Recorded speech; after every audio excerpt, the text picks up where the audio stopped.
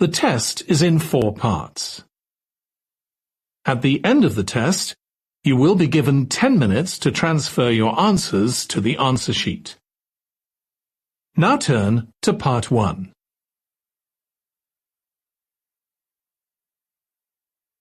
Part 1.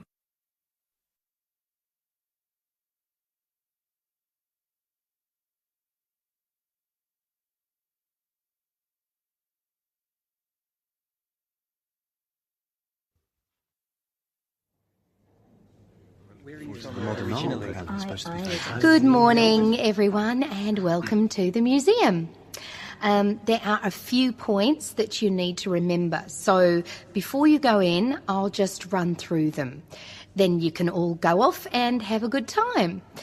So, first of all, you've all paid and you all have a ticket that allows you to go anywhere in the museum and includes one trip to the 3D cinema.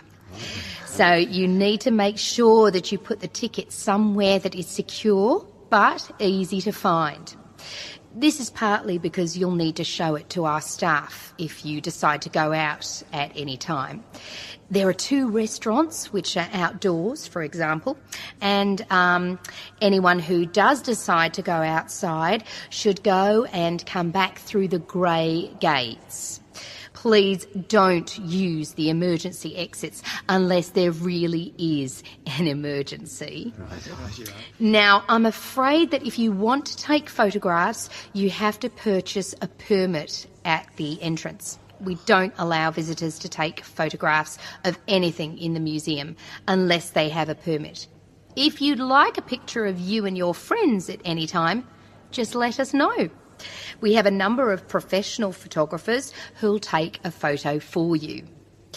Another thing is that you must keep everything that belongs to you with you all the time. A lot of people will come to the museum during the day. You'll probably be here for most of the day yourselves, so don't lose your wallet. And make sure you don't leave your mobile phone anywhere. It's easily done and we aren't responsible for any losses while you're here. As I mentioned earlier, you can go and see any of the films that are on in the 3D cinema. I'll tell you about those in a minute. There's also a schedule on the back of the museum guide. I suggest you get to the cinema entrance roughly 5 minutes early.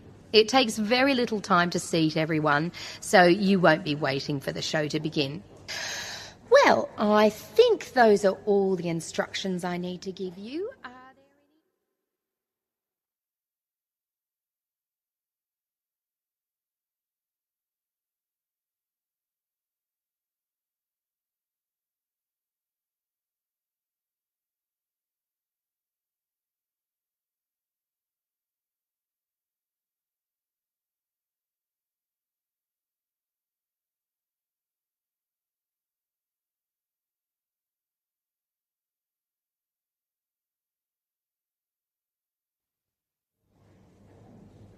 Okay, the films which are on today are being shown at different times. They're also about some amazing subjects. Let me tell you a little bit about them. The first one is called The Secrets of the Nile and starts in half an hour at 10 o'clock. It's a beautiful film and it tells the story of the journey that was made down the River Nile for the very first time, starting in the mountains of Ethiopia and passing through the Sudan and Egypt before reaching the Mediterranean Sea. You'll accompany the travellers as they explore some of Africa's truly amazing landscapes. The second film moves off land and into the sea. It's called Wild Ocean, and this one begins at 11:45. So you have some time to look round the museum first if you choose this title. In this film, you'll join the huge number of fish and other animals that live far down near the bottom of the sea. You'll see them search for food, migrate, and fight for survival. Dinosaurs Alive is the third film showing today. It starts at 1:45 p.m. and runs for just 30 minutes. This is a film for people who like special effects because there are plenty of them. Scientists now have a lot of evidence to show that some animals from the dinosaur family are still living on Earth. So in this film, you'll live with a new species of dinosaur that has been recreated using computers. Our final film today is simply titled Arabia. It starts at 2:30 and is a little longer than the others, but it's a really wonderful experience. You'll ride through the desert on a camel. You'll also dive among the treasures of the Red Sea, where you'll explore the ruins of an amazing lost city. Sounds great. Yeah. Well, these are all magical experiences, so I'll let you decide what you want to see. If anyone has any questions at all...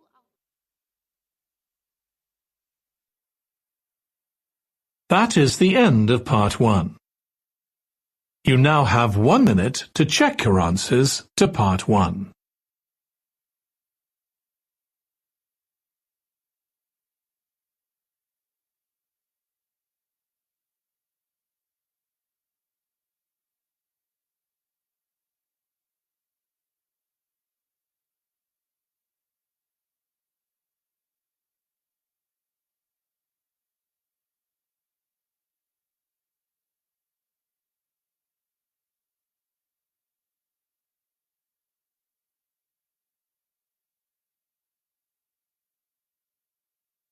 Part 2.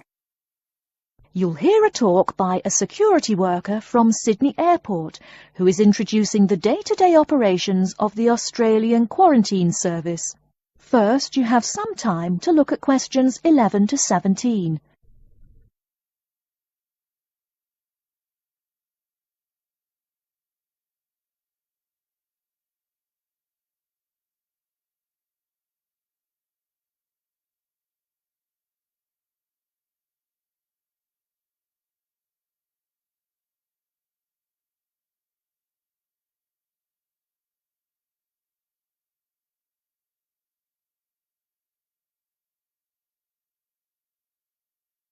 Now, listen carefully and answer questions 11 to 17. Hi everyone and welcome to Sydney Airport. Today I'll be giving you the inside information on the day-to-day operations of the Australian Quarantine Service here. We hope to provide you with a better understanding of why such heavy security regulations are necessary by educating you on how we operate and why we do the things we do. We're not here to try to persuade you to fly through Sydney Airport, though we hope you'll find your experience relatively stress-free and comfortable. First things first, our personnel. Can anyone guess how many people work at Sydney Airport? We have 200 alone working in Terminal 2, so can you guess how many in the whole airport? I heard someone say 360. That's getting closer. What? Did someone say 2,000? That's way too high. Sydney Airport actually employs 440 people. A lot, right? And about half of those employees work in security-related matters. Moving on to our not-so-human employees, let's come and see our favourite pooch, Milton.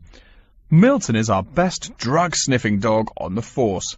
He's friendly to most people. You can even come pet him at the end of our tour. Burnouts, beware though. He'll find everything.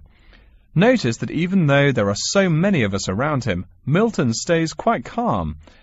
This is the precise reason he was chosen for the job. Dogs that are chosen are not predisposed to sniff out different narcotics. That's something we teach them already. So here's a part of the airport most people never notice, the cargo transport terminal. This is where packages are shipped to and from. Normally, we ship around 4,400 packages per month. In this airport alone, over 52,000 packages were shipped in and out over the past year.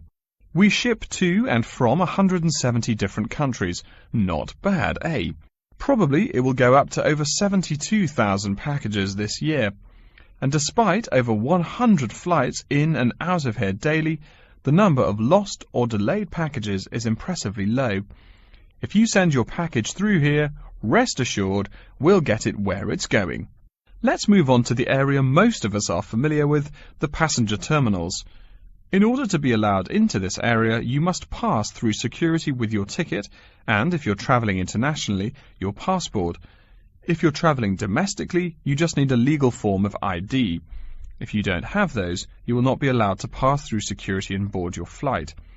During the security scan, your carry-on items will be checked for dangerous items such as weapons, sharp objects, and liquids that exceed our specified limit. If you attempt to pass any of the prohibited items on this list posted at the entrance, you are still allowed to board the plane, but you'll be given a warning and your item will be confiscated. Don't worry, we will not arrest you for having too much shampoo in your bag or anything like that. We also search your carry-ons and parcels for any perishable items. We prohibit the transportation of local vegetation and prohibit parcels containing any insects in them. You may or may not have learnt about this in biology class, but when some plants are introduced to a new environment, they spread wildly and wipe out the current species around it. It is important to control the introduction of new plants into an ecosystem, so we must prohibit the transport of any fertile seeds. So what happens to parcels containing possibly suspicious items? It's of course something we do not take lightly here. If an object passes through the scanner that appears suspicious in any way, it is separated out for manual search by a member of our trained security personnel. If an illegal plant or simple sharp object like a pocket knife is found, it is simply disposed of in our biohazard waste containers, and the package itself is returned to the sender, or passenger if it is for a passenger flight. More serious weapons are reported to higher authorities for investigation.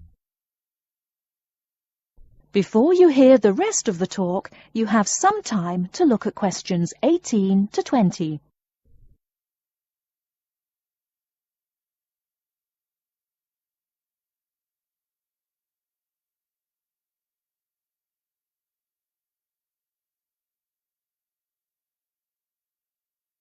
Now listen and answer questions 18 to 20. As far as parcel security, the material of the parcel is important. For shipped goods, the most common material used and the most widely accepted is paper. Make sure it is packed sturdy enough with no rips or tears. We've definitely had packages rip open before due to haphazard packing. A more common problem, though, is the package labels. When an item does not make it to the right place, this is the most common reason. The label may not be in the right place or marked clearly enough. If you're receiving any items from abroad that must be declared, please remember our guidelines in order to ensure the timely delivery of your item. Make sure it is packed correctly, and we ask that you notify customs between 2 and 10 days within the item's scheduled arrival date. OK, before we move on, are there any questions? That is the end of part 2. You now have 30 seconds to check your answers to part 2.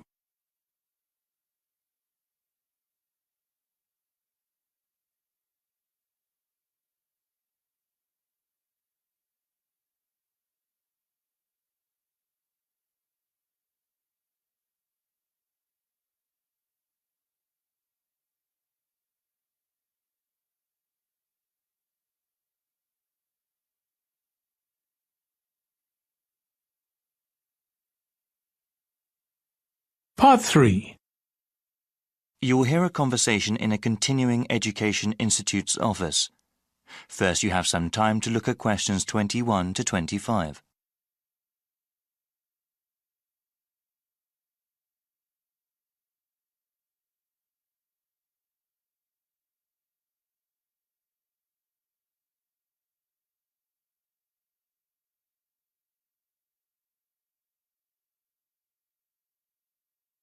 Now listen carefully and answer questions 21 to 25. Welcome. My name is Jeremy Holtz. Hello, Jeremy. I was told to come to this office and ask about your continuing education program. I'm interested in taking classes and want to know more about the program. Certainly. We have several different programs depending on your education goals and on what you are doing now.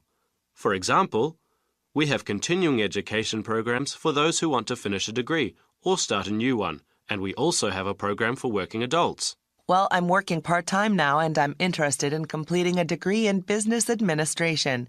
I am working at a hospital, you see, but I want to change my job, either work in hospital management or have my own business. Okay, that sounds great. Many students in our program want to advance in their current careers or even change them. What kind of degree do you have now? I am a registered nurse with a 2-year degree. Great. First, we have to figure out where you want to take classes. We have satellite campuses all over the region. The ones at the city centre are accessible by public transportation but offer fewer course times. A car is the best way to attend classes at our satellite campuses in the suburbs, but they have more classrooms and therefore more courses. Well, I have been saving up for a car, but I don't have enough money to buy one yet. I think the city center campus will be better. Okay, now we have to decide which program you want to register for. We have night courses, where the classes generally run from 7 p.m. to 10 p.m. Classes during these hours are usually once a week. There are also courses during the day that might work for you, depending on your work schedule. Well, like I said, I'm working part-time and unfortunately I work during the evenings. You see, I'm living at my parents' house right now. My father is quite ill, actually, and since my mother works normal hours, I take care of him during the day and my mom takes care of him in the evening when I work. The city center campus doesn't offer classes during the weekends? No, the suburban one does, but unfortunately, there are no classes during that time at the city center campus. You know, maybe the online courses will be better for you. Do you have access to the internet? Yes, I have a computer at home. That might be the best way for you then. It's still a new program. We're still working out the bugs, but it will allow you to work part-time, take care of your father, and take classes. The completion of your degree will probably take longer, however. Before you hear the rest of the conversation, you have some time to look at questions 26 to 30.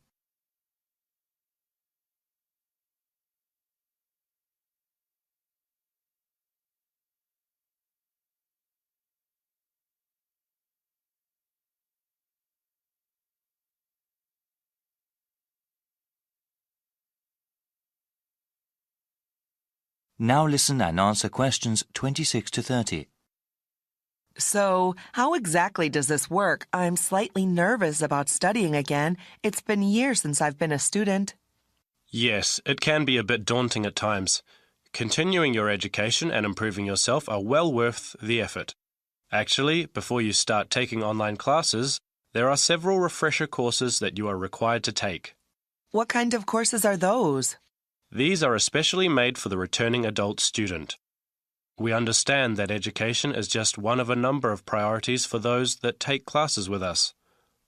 The refresher courses teach you how to manage time and juggle between different areas in your life. Techniques like writing down your daily schedule and ways to avoid procrastinating are talked about.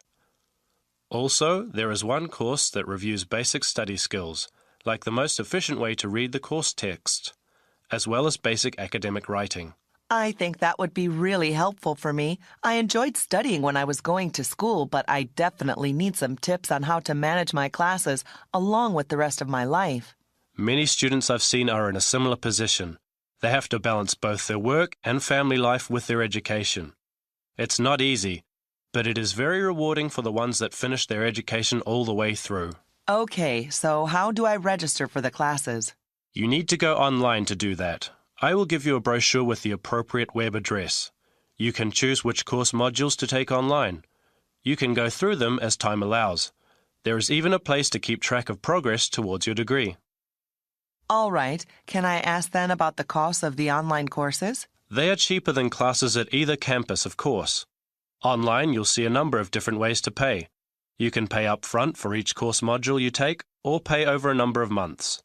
The latter method of payment will probably be better for me. Are the textbooks and other course materials expensive? No, not at all, actually. With all online courses, the relevant materials are included free of charge. They are available to download after you register. That sounds great. Thank you so much. No problem. My contact information is also in the brochure. That is the end of part 3. You now have 30 seconds to check your answers to part 3.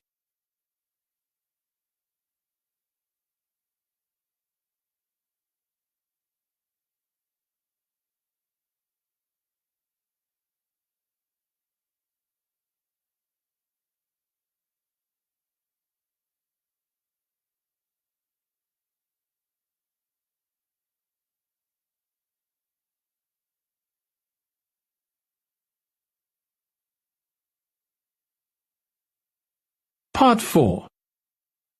You will hear a lecture about how to choose flooring materials. First, you have some time to look at questions 31 to 40.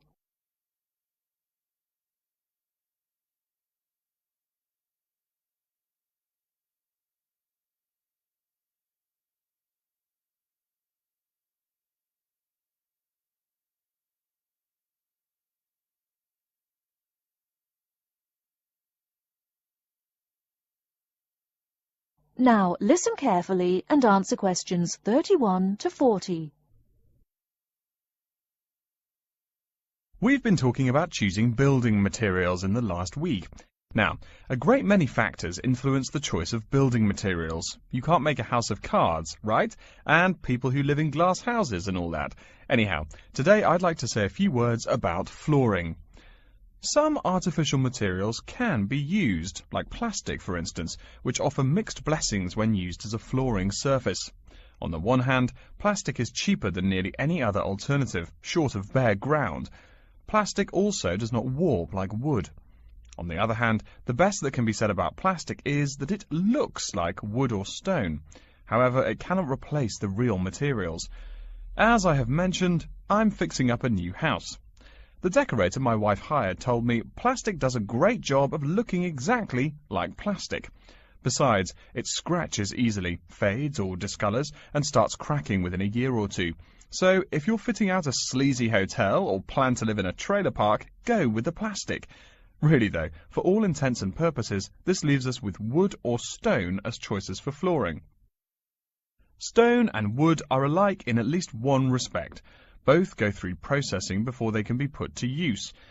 Since few of us cut our own lumber or quarry our own stone, this is not perhaps a pressing concern. Still, do-it-yourselfers would do well to remember to buy only properly seasoned wood.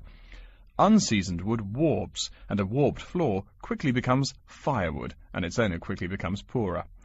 Likewise, except for dull-hued materials like slate or sandstone, most stone floors are polished before installation. The choice goes well beyond just wood or stone. Each type requires many further considerations. A few special remarks are called for when considering wood. For example, as always, aesthetics, personal taste and layout all play roles, as well as the type of house or room. Oh, and certainly don't forget the cost. When it comes to cost, a rule of thumb is that the softer and less exotic the wood, the lower the cost. In the US, for instance, pine is both ubiquitous and cheap. Mahogany is imported and exorbitantly expensive. If you're on any kind of budget when remodeling, it's really helpful to remember to go for the softer woods. Aside from cost, there are still lots of different factors that are important in choosing the best flooring for the job. Continuing with the example of wood, one must consider the effects of each type of wood on the mood of the room. When selecting the best wood to use, particular attention needs to be paid to its grain patterns, texture and colour. In rooms where relaxation or deep thought is the aim, say bedrooms or the study, dark, strong-grained woods are the rule. Here, the grain ought to match the furniture for a feeling of homogeneity. In rooms where activity and motion are typical, the dining room or living room, lighter, finer-grained lumber is more suitable. In such a setting, the wood grain might be useful in offering a contrast to the furniture. This leads to a feel of subconscious excitement in keeping with the room's function. In either case, though, consult a decorator. It is a decorator's job to know what materials to use to fit the function of the room. Though some things about putting together a room are subjective and based on one's individual taste, materials appropriate to a room's function are much more straightforward. A decorator takes the needs of the customer and uses a mathematical formula rather than subjective words. Since feelings vary from person to person, verbal descriptions of wood types tend to be ambiguous. You want the wood you select, not something approximate. And if you do decide to do it yourself, remember that all wood must be treated with preservatives to enhance its appearance and preserve its natural beauty. In the case of stone, or quarry tile, as flat-cut flooring stone is properly called, a new set of considerations must be weighed up. Simple colour aside, the degree of reflection must be kept in mind. This is called the reflectance rate, which is expressed in a number between 0.0 and 1.0, depending on the amount of light it reflects. At one end of the scale is polished silver. At a rating of 1.0, this shiny surface reflects nearly all of the light directed at it. Numbers closer to 0 describe materials that absorb more light. Moving down the scale a bit, we see that plastic that has been painted white has a rate of 0.8, which makes sense. We know that the colour white reflects all other colour, while black absorbs all colour, and plastic itself is a relatively reflective material. Materials that are denser and darker have reflectance rates much closer to 0. The quarry tile I mentioned a while ago has a rate of 0.1. As you may know, quarry tile is generally dark brown and made from clay, so it is quite dense. Of course, there is considerable variation among types of quarry tile because of the hue or treatment of the clay during its creation. Does anyone have any guesses as to what material may have a rate of almost 0.0? We can guess most of these materials are black in colour, but plastic, wood and even stone reflect some light. One material with a rate of almost 0.0 is black velvet. The texture produces almost no shine at all. Carrara marble, despite its white hue, is actually lower in reflectivity than black onyx. In any case, the fact that tiles vary somewhat should not be forgotten. A highly reflective floor would not be suitable in a library. It would be indispensable in a ballroom, should your home be large enough to feature one. Again, a rule of thumb is that light means lively. Since form and material follow function, one should only use the more reflective materials in rooms where the cultivation and expression of energy is important. Bear in mind, too, that most types of stone cost more than all but the rarest of wood. Of course, there is no reason why some rooms of a house should not feature wood floors or other stone tiles. You can even mix the two. A room with wood panels on the walls can have a beautiful stone floor. My bedroom has white birch walls and a light blue slate floor. The place looks like a Russian hunting lodge. Remember, though, go with what feels right for you. Good taste and the laws of interior design are the homeowner's servants, not his master. It's only beautiful when you decide it is. I mean, you're the one who lives there, not the decorator, right?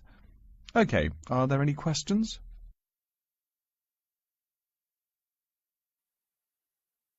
That is the end of part 4. You now have 1 minute to check your answers to part 4.